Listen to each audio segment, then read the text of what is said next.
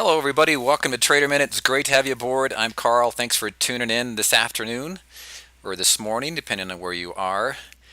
And going to be doing a training here on our Vibe and TrendWriter entrances. Okay, and these are some templates that we've developed over the years. And I'm the guy that does these Carl's Top 3 every day. And you can look through these trades, see how they've gone out. We'll take a look at some examples from some of these trades. But these trades are based off of our templates, the Vibe and the TrendWriter.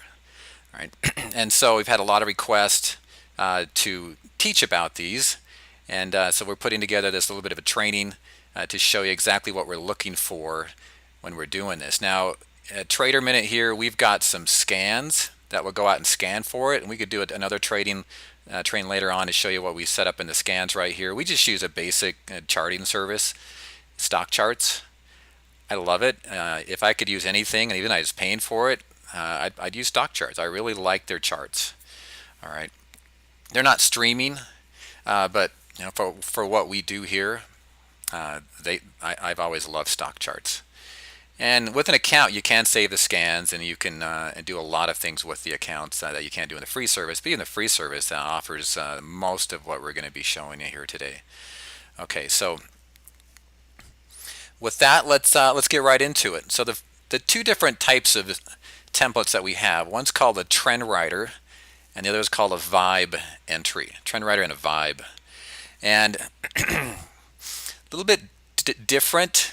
Okay, the TrendWriter, there hasn't been a lot of TrendWriter signals in the market recently. We'll see.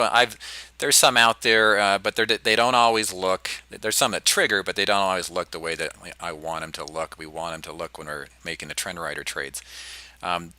With this uptrending market that seems to be in runaway freight train mode, there's been all kinds of Vibe entries. Lots and lots of Vibe entries, and the majority of them, of course, bull Vibe entries. Now, the great thing about Vibes is you're playing the overall trend. After all, the trend's your friend, right? If you get a nice steaming uptrend intact, and you get a Vibe entrance signal, that puts more odds in your favor that stock's going to go that direction. Okay, so the Vibe is more trend driven. It's got to have an established trend. I'll show you everything we're going to use for those templates. And the TrendWriter is not necessarily always trend driven, but with the TrendWriter you can catch some explosive moves. Vibe, you can happen to catch some explosive moves too, but for the TrendWriter, that's what we're after, is some explosive moves. So, and that's what we'll be watching for. Okay, so I'm going to bring in a chart here. And first of all, we're going to talk about the TrendWriters and about exactly what we're looking for. And you're going to see us come off the sides. These are our save scans. And again, next week sometimes if you want to know what we put into our templates here, I mean how to set these up and even how to set up scans, we can be able to put a training for you together maybe next week sometime. So this is what we use for our TrendWriter setup right here. And I'm going to leave it a little bit wide like this. I'm not going to zoom in until here in a second. But I want you to see the whole setup. Okay, we got volumes. Okay, volumes can be you're going to hear me talk about a lot about volumes as we go throughout this month. Whenever you hear me, you're going to hear me mention volumes. I want to see strong volume. Okay, with TrendWriters, I like to see the strong volume. The Vibes, it's not necessarily as it's comforting, but it's not necessarily as important. All right. So with the TrendWriter setup, the top indicator up here, let's get a closer look at it, is the RSI. Okay. Now the RSI is it's a great. I really like this indicator. It can be a trending indicator. It can show us positive and negative divergences. With the RSI, what we're watching for, when it's below 30, like over in this range, the stock's in an oversold position. Okay, it's a little bit oversold at that point. On the opposite side of the scale, when it's up here above the 70 range, it's in an overbought position. Now, just because it gets down into the oversold or overbought doesn't mean it's immediately going to turn around and start trading back up or trading back down. it can stay up in those ranges for quite some time. Over in this range right here, it was probably up here for about a month before it ended up rolling over. But it's just showing you that there could be some weakness coming in. All right. The big thing that we watch for on the RSI when we have our signals is where is it, what's the RSI doing as the trend rider bear or bull signal is being triggered. Okay. And typically we want it breaking below 50 for a bearish setup and above 50 for a bullish setup. The next thing we look at here are the Bollinger Bands. Just an average setting. I can't go down to the settings right here. It's just a setting that just the typical parameter that's going to be there. It's a 20-day moving average. That's the dotted line through the center, and 2 standard deviations. That's where the lines are drawn to the upper and the lower bands. That's just the normal setup that most charting services are going to come up with. That's the one that Bollinger himself used and thought was the most accurate. Now the Bollinger Bands, think of them, if you get a rubber band, now picture this in your mind. You put your thumbs apart a little bit and then put a rubber band around those thumbs and stretch it. Okay, so you got this rubber band around your thumbs, it's stretched, and what would happen if someone came along and pinched that rubber band? Kind of like right here. Someone comes along and pinches it, what happens when they let go? Right? Well, those bands become volatile. They're going to widen, right? That's what we see right here. When the Bollinger Bands start contracting, that tells us that there's likely going to be a volatile move coming up. Now, it doesn't point direction. It's just saying, hey, there could be a break up right here. It could be a breakdown right in here. That's what it's telling us. Now we got to see which way it's going. Now at this point, if we were here trading it at that time, at this point, where was the trend already? The trend was going down. There's some other things that you can look at here as well, as far as candle patterns and chart patterns and things like that. That's what I'll always look for, these things along the way. They're right through that area. You could call that a descending triangle pattern. Stock's already been downtrending, forming one of these. It's breaking to the lower side, gaps in that lower band, and there it goes. Okay. The other thing that we're going to look for down here is the Bollinger Band width. The Bollinger Band width does not point direction. It's not going to point direction which way the stock's price is going to go. All it's going to do is tell you if it's rising, the Bollinger Bands are expanding. That's all it's telling us. If it's falling, they're contracting. Okay, so let's look at an entrance here. Let me scroll out a little bit. So a vibe bull entrance would have triggered right through this area, right here. Let me show you. Right about there. Okay, now this, we're looking at hindsight here, so I can impress you guys all day. This gap down right here around the 21st of October is likely earned. Oh, sorry, never mind. This is a fund, but so what we see right here? Well, you look up here and you say, well, hey, that RSI is not dropping below 50. It already is below 50, and that's fine. If it's downtrending below 50, if it's pointing down and it's below 50, when this RSI is trading below 50, typically they're weak and they're downtrending. Usually if you see that RSI trending below 50, it's weak and downtrending. On the opposite side, if it's above 50 and ranging above 50, it's normally uptrending. So here we see this already below 50 dropping. You can see the price drop into the lower Bollinger Band. Okay, now you look down here on that day and it was a little bit lighter volume. Okay, but look over here. Look at this volume right through this level here a few days prior. These big shots of volume like that, to me, it's just warning shots going across the bow that there might be a leg lower here coming soon. Okay, so that's another thing that we're going to look for in volume. It doesn't have to happen that day. If it's happened a few days prior, and sometimes in this case way back over here, and it's followed by another one, uh, it just puts more odds in our favor that this trade can work out for us. It's not. This is not a sure thing. These templates are not a sure thing, like anything else in the stock market. What it does is put the odds in our favor that it's going to go. Okay, now if I would have drawn that down a little bit further, you would have seen that the Bollinger Band width down here is starting to increase. And look how low it is. It hadn't been this low all along. It drops to the lowest point, starts to increase. Stock price falls into that. That's a good looking trend rider bear setup right there.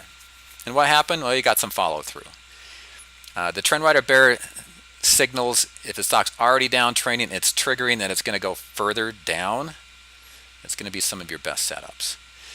Now, as far as a stop, and I've seen this question in chat several times this morning. What about your stops? Where do you set your stops?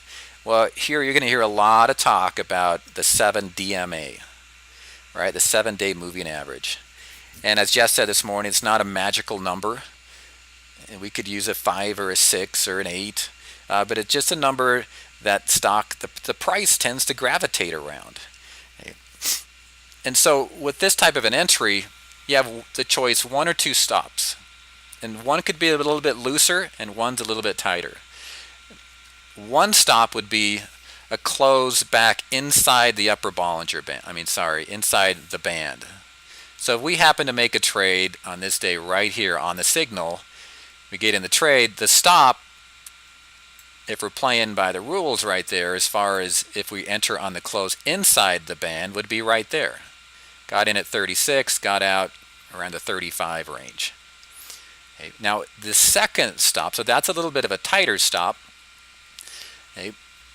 The second stop would be a close back above the 7-day moving average, which it almost did that day. But that's a little bit looser stop. If you use the 7, you're running a little bit more risk that you're giving up some of your gains. But sometimes like this, it might keep you in the trade a little bit longer. So the stop we'll normally use will be a close inside the Bollinger Band. If you want to go a little bit looser on your own in your own trading, then use the 7-day moving average. It depends on the strength of the trend, the strength of this coming up like that. If I saw that right there, I'd be at that third day right there. I could see a little pattern right here saying that's pretty darn close to one of those 3 white soldier patterns coming off a little bit of a bottom here. I don't know if I would have stuck it through that point. But to me, and you heard me say it this morning in chat, I will guarantee you guys that you'll never lose money in the market by taking a gain, right? And it doesn't mean the point of that is if you take a gain, even if it's small, you didn't lose money, and that's what it's all about. If you can keep taking small gains without losing money, your account's going to grow. All right. So that is a trend rider bear setup. Let me look at one. Let's look at another here. And this is one, and we did not trade this stock just because the options, they're really lightly traded. It's making me hungry. It's Krispy Kreme donuts, you guys. Come on. I'm hungry. I think they got a little red sign lit up over here saying that they got fresh donuts coming out, so I'm hungry. Now here's a trend rider bull entry. This was made my runner-up list a week or 2 ago. Well, back first part of October it looks like. And this signal. Let's talk about it. This one's pretty obvious to see once you're starting to see these things. This signal right here is a pretty obvious one. Okay, well, what do we got? The Bollinger Band widths, pretty much the tightest that they've been. Okay, now whenever I look at the Bollinger Bands, I'll also look back and say, all right, well, what happened the last time it got tight? What happened the last time it got tight? And see what the stock did. See how it reacted to these Bollinger Bands getting tight. Now here, it tended to always break to the upside, but that's not going to affect me over here. If this would look like it was breaking in the lower band, hey, I'm playing a lower. I received an email asking me about my bias. Am I bullish, bearish? I trade by the charts. I'm totally neutral. If the chart tells me it's going to go down, I play the downside. If it says it's going to go up, that's where I go. I'm completely neutral. in this market. So with the Bollinger Bands tight right there, what started happening? Okay, well, you look up here about that same day where this went into the upper Bollinger Band here, and I'll draw a little line up. Well, what was the RSI doing? Well, breaking up above 50. Down below it here, what else was going on down here? Well, this is down here close to the bottoms, excuse me, close to the bottoms and starting to rise. Now, when you got the price breaking into the upper band, now look at the volume. Now, the volume to me is one of those that just, to me, it puts the odds strongly in my favor. The other three right here put the odds in my favor. The volume, and this is probably 2 to 2.5 times average volume. Draw a little line around there about the volume. There's about where the volume was, and look how strong it is that day, at least double. To me, that just puts, the odds are just screaming, hey, this stock's going to go up. We didn't make the trade this, it wasn't my top three, because the options prices, they were thinly traded, the spreads were a little bit wide, but not too bad. We just didn't, if we make a trade, a lot of people are following us, and we're probably going to bring hundreds and hundreds of contracts. And when that kind of volume comes through, the market makers out there, they're gonna take advantage of it. So we didn't want to have to deal with that, and that's why we're not going to make a lot of trades where it's thinly traded. If a stock comes on my top three, or if it comes in my runner-ups, I'm going to mention, hey, it's a good-looking setup, but it's not something we would do because of the options, the spreads, or whatever it might be. But if it's technically all there, then I'll mention it. And we did have, I know there was 1 or 2 members that jumped in, and they did fine in that trade. Okay, so that's a trend rider bull signal, and that's picture perfect. The ones I've showed you here are pretty much picture perfect. If I could find a decent one that was out there right now, I'd show it to you. I haven't been able to find one yet. There's a couple that are close. I mean, some of the ones that are set up are some of the stocks that have gapped up dramatically. And when the stocks gap up like that, I don't consider it a signal. I just we'll watch them and let them settle down a little bit, and then maybe look to trade them after they've calmed down after the initial gap.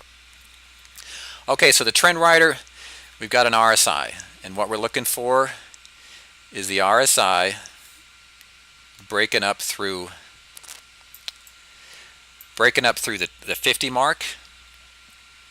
Right? We want the stock price going up into the upper or lower band. Now, if it's a bearish trade, you know, we're looking for this, like you can see right through here. Right through here as it gapped down and ran lower. Now, this would be another one of those trades. It did, you know, you can look at that and say, wow, that really did work out. But look at this gapping action. We've been in an uptrend. This is one that wouldn't have made my list. Been in an uptrend, and all of a sudden this is likely earnings. I'm just guessing, but likely earnings. And gaps down, and all of a sudden forms a trend rider bear signal that fast. We're not going to make those trades, just because you never know what stocks are going to do after they gap. We could have made it that day and it went our way, but on the other hand, it might have come right back up towards the 7 that day. So when it's got a pretty strong uptrend intact, and all of a sudden immediately you got a trend rider bear signal, we're not usually going to go for those most of the time. And then down here towards the bottom on this day, we saw the Bollinger Band width starting to expand, or the Bollinger Band width line here starting to go up. Yeah, Marty, great question. We have scans that we've built right over here. Doesn't show you what they are, but these are our pre-programmed scans, and will probably be a good idea to show people how we set those up. Now, we use stock charts. Now, I'm sure there's services have nice scans too, and you can use whatever you want. We're not affiliated with stock charts. We just really like them. And we can show you how to set up the scans to go out and look for those. You have to pour through them. That's what I do every day for these. I go through the scans, but I also do what you say here, trolling through charts, because there's a lot of times I'll find a really good looking setup and it didn't show up on my Vibe or Trend Rider for one reason or another. Okay, but yeah, good question, Marty. Okay, so trend riders are designed to help capture explosive moves. Right? Are they 100% perfect? Of course not. No, things happen. It's the market. You can get some good-looking setups, and it reverses on you, and that's the market. Okay, now let's look at the vibe. And with the vibe, let's look at Johnson & Johnson. Now the vibe's a different setup. Some different indicators, and we're going to use a lot of moving averages. So this is a vibe. Pretty simple setup. One thing here at Trader Minute, if you're new, you're going to notice there's no complicated methods. Everything is easy. And we stick to the mentality of the KISS method, right? The keep it simple, stupid method. Because you bring complication into things, it get complicated. And sometimes it doesn't work out, and sometimes it does. And I've studied a lot of programs over the years, different types of programs that are out there. I've found some programs that purposely make it complicated to make it sound like it. Well, hey, if it's complicated, it must work, right? And I've found several that makes things complicated. And I've read through and I think, hey, if they just do this and this and this, it could be so much easier. But I've determined that they do that on purpose to make it sound more, like it must be better. It must be better because it is complicated. We're just the opposite. We oversimplify things every chance we get. There's nothing. Everybody knows these different indicators. It's just a matter of how we use them and what we use with them. We're also using the 7-day moving average. You're going to hear it time and time again. It's on the TrendRider. It's on the Vibe. Here on the Vibe, we also have several other moving averages. The moving average right over here.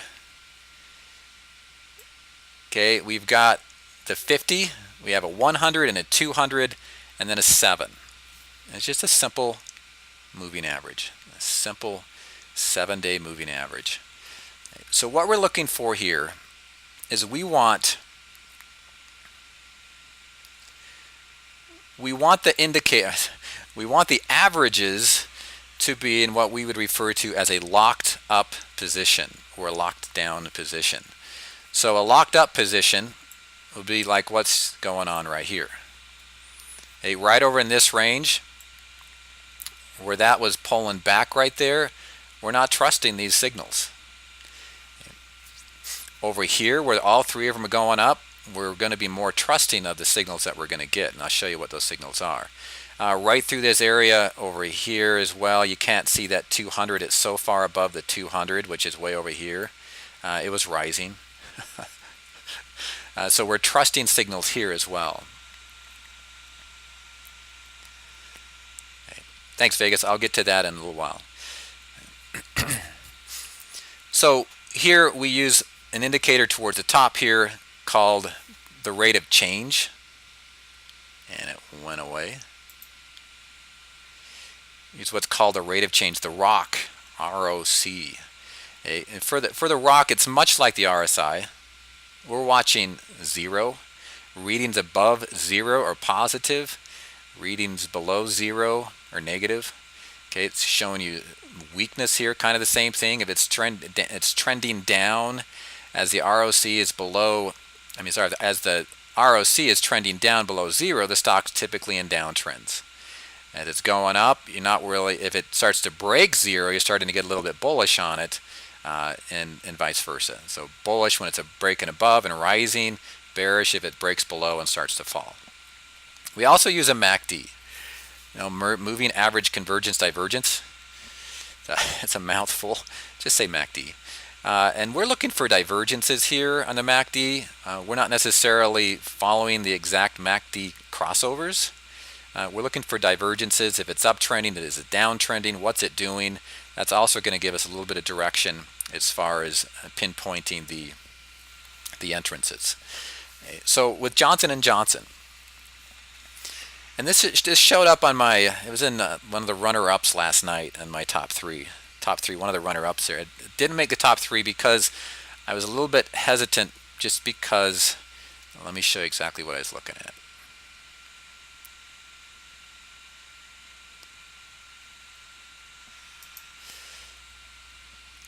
All right, 94. Well, let me back up here. Let me go 93. 93, if I'm looking at this, I'm saying, all right, 93's been resistance. And you might say, well, look up here, Carl, it broke through. 93.5 was resistance. Yeah, you could argue that.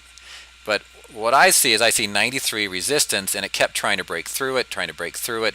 Most of the times when stocks hit resistance levels and break them, they'll come back and retest it. And if the retest, as far as what I mean by retest, is it comes up, it'll slowly work its way back to it and see if it holds its support. If it does, it bounces up and, hey, we just locked in a higher level of support. It's probably off and running. If it doesn't, if that retest fails, it's likely going lower. And even then, when the retest fails, what happened? Well, stock came back up and tested 93. It didn't make it. When stocks do this, and most of the time we're going to anticipate these stocks just keep running. The retest right here, if you wait for those retests, a lot of times you might not get it and it just takes off and there you go. Okay, but here the retest came down, so it dropped below, came back up. Now you notice it never hit 93, and then the next day it started selling off hard. Right here, great looking entry opportunities for the short side, because just locked in new resistance. It didn't even make it to 93 to retest that level before it started to bounce, sell off again. Great looking entrance. It wouldn't be a classic trend rider. It wouldn't be a vibe. This is very bearish action that you see in the price action right there. So you won't see me bringing those up as far as the trend and vibes, but those are some great looking opportunities for the short side. So right now, what do we have here? Well, let's come up above 93 again. We've got all averages pointing up, so we're going to be a little bit more trusting of a break higher off of 93. Up through the 7-day moving average. That's what we're going to be looking for mainly here. Okay. The reason I didn't put it on yesterday, I was a little bit concerned about that 94 level as far as putting on my top 3. It hit it and sold off right at it on the close. If it had stronger volumes on that, I'm maybe a little bit more interested in it, but where it did what it did. Now, I'm also looked at a couple other things here. I take some of these off. I also saw this very bullish candle pattern right there. It's called a dragonfly. Dragonflies are fairly accurate, and gravestones are fairly accurate. Dragonflies, they look like a capital T. I'm trying to find some here along the bottoms. I'm not seeing any. There's some that are close, but not really. But so dragonfly, if the stock has to be running down when you get a dragonfly, and then it forms that capital T, odds are that's going to start moving back up. Okay, so that caught my attention there, that nice sell-off to reverse right back on the 7-day moving average. So the 7-day moving average held that day.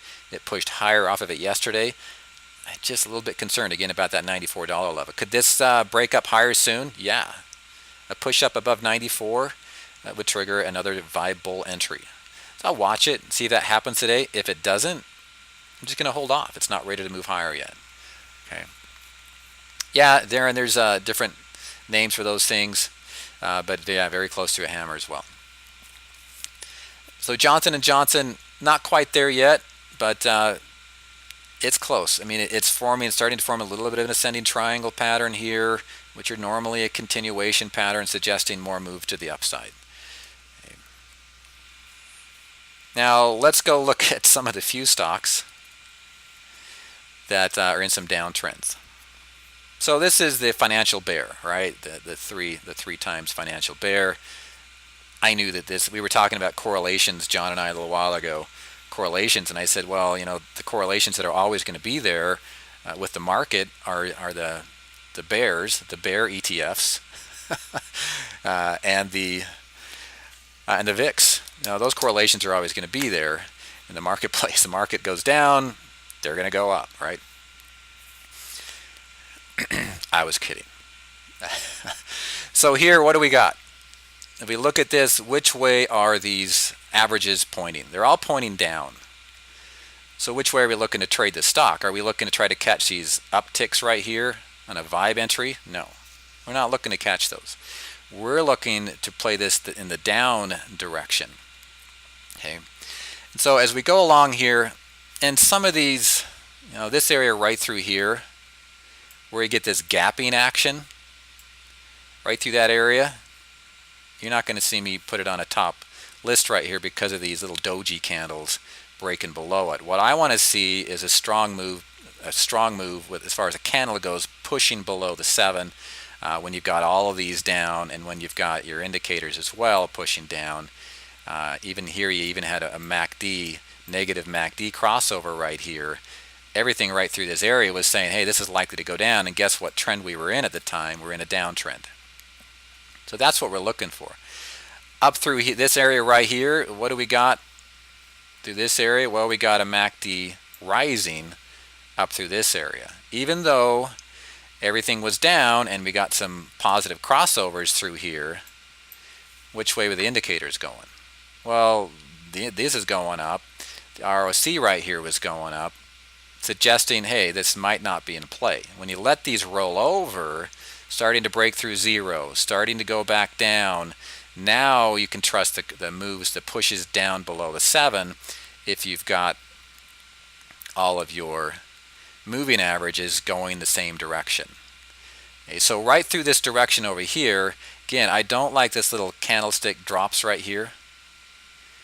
To me, even though that closed below, yeah, it was a trend right or bear, I want a stronger push dropping below that 7. What I'd be looking for over this range, it's coming up like that. There's a weak candle right here, but look at this day right here, right there. Look at that day. Let me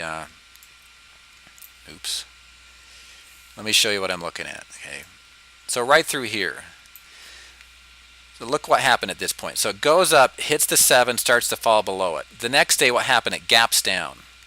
Then look how it ran back up and hit that 7 again to roll over and go negative. Beautiful. That's a beautiful vibe bear entry right on there. You see it started to downtrend, starting to come down, comes up to that 7, and you've heard me say it on chat this morning. This is FAZ.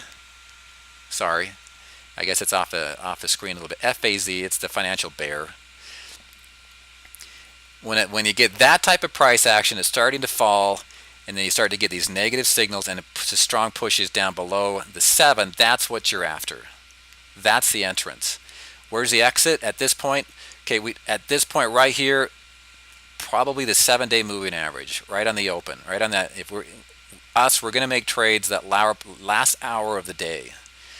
And our stop on there is going to be the 7. So if it goes up above the 7 in the next few days, we're going to pop out. As long as it doesn't close below the 7, we'll stay in. Now, there are times when we got a nice gain locked in, and we think, just don't want to risk that gain. We might pop out. I'm not saying that we got in right here and we're going to hold it all the way till this area. We might have. But hey, there's days like this where you see some big price movements down and the value of our options scream up dramatically. We might just get out right there. Okay, price targets. We can set price targets, and if it hits that target, we can get out that way as well, or we can just ride the 7. If you hear us talking about riding the 7, that's what we're talking about. Get in the trade on a push down below the 7 and ride it as long as it doesn't close back above the 7. When it closes back above the 7, you get out. Okay? On the opposite side, on a bull vibe, same thing. Ride the 7 means get in when it's pushing back up, giving that vibe bull entry, stay in the trade until it closes back below the 7. Just everything's really, really simple here. Okay, another entry here. Again, we're looking at hindsight, but I always try to be as objective as I possibly can. Okay. Another move. So this starts to go back up above it. You can look down here and say, well, hey, look, this closed. Here we go again. This drops below. It's likely running lower. But look down here. What was the MACD doing? It was starting to trend back up a little ways at this point. Now I'm not saying right here we got a bullish MACD crossover. I'm saying the MACD was starting to trend up right here at this point. So you're not as trusting right here of the next one here like it was over here at this point when you can see the MACD was starting to roll over. The minor little things like this that you can look at are going to put more and more odds in your favor. So up here you can see the next one. Here we go. We go up for a while. It looks like it might have pulled back over here, but again, what's the MACD doing? Still going up. Where's the rate of change? Well, it's still up in this range. And so let's look at this signal over here. So it's coming up, and you get that strong push back below it, a push down below it. Now the first day right there, I'm not sold on it. The reason is because of this. Let me get rid of some of these things. The reason I'm not sold on that first move right there, because of this right here. Look at this. That first move right there. Pretty similar, isn't it? Got this, got that. At that point, all we saw was this thing was going up. It's a first close back below it.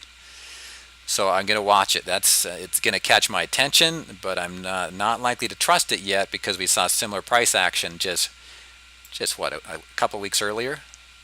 I'm not sold that this could be a higher low right up in this range at that point. Okay, what starts to sell me is some action like this. Right there. See what happened that day? Gapped lower, ran all the way up here above the 7, and by the end of the day pushed and ran lower. Very bearish action. The next day, what happened? Well, it starts breaking support. A little bit of support through that area from right over here. Right around that 31 mark, starts breaking support. That's got my attention right there.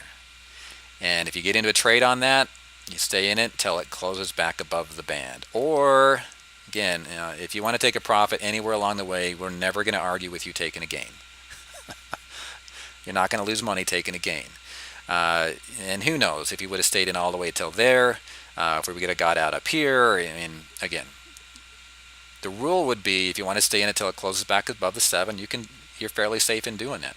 Now, when stocks get really far away from the 7, like right around this range, and again, I'm looking at hindsight, so I can be right on, right?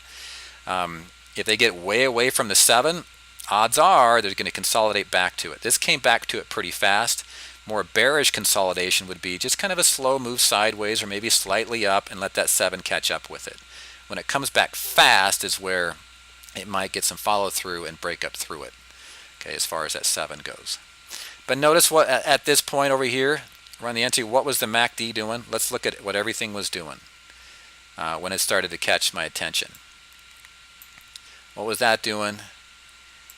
And what was this doing? Okay, they are starting to roll over a little bit, right? Starts drop below 7, below 7.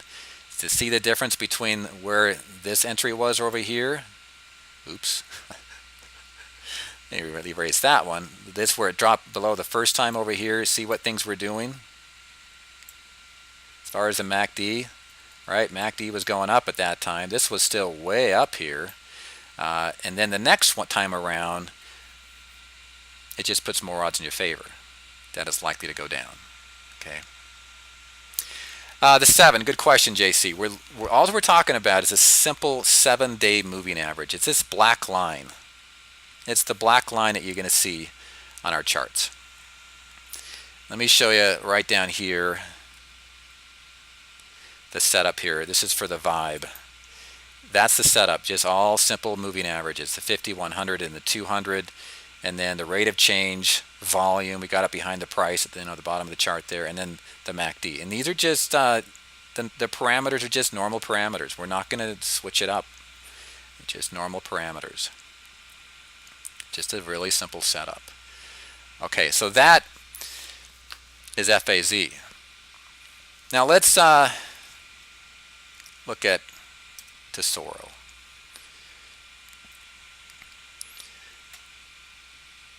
Now, Tesoro here takes us into a trend rider. And this one was one of the top 3 on a Monday of this week. Okay, so let's zero in on this and see what I was looking at on Monday of this week. So Monday was the 11th. So it's right up here. And I'll just draw the line of what we were looking at on Monday. Okay. So on Monday, what do we see here? Well, let's look at it at the whole picture. Okay, we've been in a big downtrend. Big downtrend, big downtrend. Now, if we get a trend rider bull or bear signal on a stock that's been in downtrending, normally that first push higher, we're not going to get in. The reason is, hey, it's been downtrending. We've seen these in the past. We've seen these run-ups in the past. This might just be another run-up. So what we're going to do is wait to see how that first round of selling takes place. What happens on the first round of selling? Is it going to set a new high? If it sets a new high, then it's caught our attention. So for the trend rider, on Monday, we see that the candlestick right here breaking into the upper Bollinger Band. What do we have going for it? A few days, we've had some big volume come in a few days earlier. You can see the Bollinger Band width down here was starting to increase at that time as well, as it pushes in the upper band. Now you can stay in the trade as long as it closes above or within the upper band. When it closes back below it is where you can get out. Now we've had some people get out recently because 55 was the price target on this. When we put that out, there's a little bit of resistance up in that area. Doesn't mean it's still within the upper band. You could still stay in the trade, but again, there's nothing wrong with taking a nice gain when you have it and moving on. So that's what we were looking for on Monday. Okay, one more. No, wait, let me just, I got to bring something up because this is BMI. It was on my top yesterday, and this, if you listen to the recording, and I think I put it in my notes too, we always watch these into my close. So if you're listen at my top three, listen to what I'm saying about it. They have to close strong. They have to close strong. And what I was saying with Bristol Myers, and go listen to the recording, not that today is bearish for it at all. I still think it's likely going higher, but these little pullbacks like this can be a little bit disturbing. But if you look at that candle right there, this was about what it looked like when I was giving the training. When I first saw it for the Vibe bull entry, this was trading up above 53 on strong volume. Saying it's likely going to break. When I came out with my top three, it had pulled back below it. You got to watch these into the close. The top three, watch them into the close. If it's a bullish setup, you want it to close near the highs of the day. If it's a bearish setup, you want it to close near the lows of the day. To me, when it's pulled back below 53 like that, again, I'm not bearish on it. It's still within parameters of a bullish trade on it right now. But it just makes me a little bit hesitant to jump in. It's not closing up towards the highs. It just, to me, is if it's running up into the close for a bullish entry, it even puts more odds there. Running down into the close for a bearish entry, same thing. It puts more odds on it. Okay.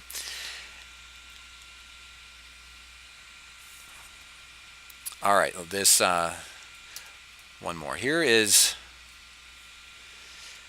one that went on the list. Was it yesterday? 2 days ago?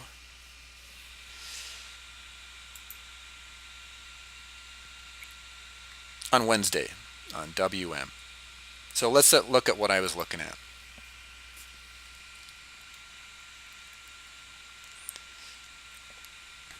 I can't get the Bollinger Band width there, but with the Bollinger Bands increasing like that, that's telling you that they're expanding. That's right. The Bollinger Band width indicator down here is rising. All right, so this is what I was looking at when I sent this out on Wednesday, and that was right here. Hey, well, first of all, what kind of an uptrend is it? What kind of a trend it's in? All right, it's in an uptrend. So odds are it's going to go higher. The trends in motion normally continue then reverse. Okay. It's also, let me back out and put a trend rider. This did two things. This was mainly a Vibe entry, but it eventually turned into a, oops. Okay, there, I got it a little bit better for you. Now remember this stock, and I'll put it over here for you, is Waste Management in my nice mouse writing. And the trade entry was right here. So what I was looking at is, first of all, it's a Vibe bull entry. You look down here, see all the indicators are rising. Okay, what was the rate of change doing? Well, it's bouncing up off of zero. What's the MACD doing? Well, it's been uptrending, and it's just kind of going sideways ever so slightly. It's not coming down. Notice it just going sideways, not coming down. Then this caught my attention too. Look at the heavy volume on that day. You don't always need it for these vibe entrances. You don't always need that volume because it's in an uptrend. If it was in a downtrend and I'm looking for a reversal, then yeah, I want the volume coming in. Okay. Good question, Dan. No, we're not in yet. So here I see this reversal. So over these days right here, you can see it comes up above 44, starts to go down. Now on this day right here, a Tuesday, it falls below the 7-day moving average. By the end of the day, it held it. Wednesday, the day that I called this out, was where it ran all the way down below the 7-day moving average. By the end of the day, turned and ran up positive above resistance. That's just a beautiful vibe bull entry. Okay, that's what I was looking for in that day. That after that nice reversal pattern coming up like that, shows a lot of strength with the volume coming in, and it ran higher. Still looks good. Okay. Okay, if you guys have any questions, I'll be on chat with you all day long, the rest of the day here. You can reach me through email as well. If you want to reach me privately, that's fine. It's Carl, and that's with a C, at TraderMinute.com. This video is recorded, and it will be placed on the site for you to watch over and over again if you'd like to. All right, thank you. Bye. Okay, just been informed that a test text message is going to go out at 2 o'clock Eastern Standard Time, so that's in about 10 minutes. Okay. So expect a test message to go out. Say that 5 times fast. Text message is going out in 10 minutes from now. Expect that. All right. Thanks everybody. Take care. Bye-bye. Oh, thanks, Slawik. Bye-bye.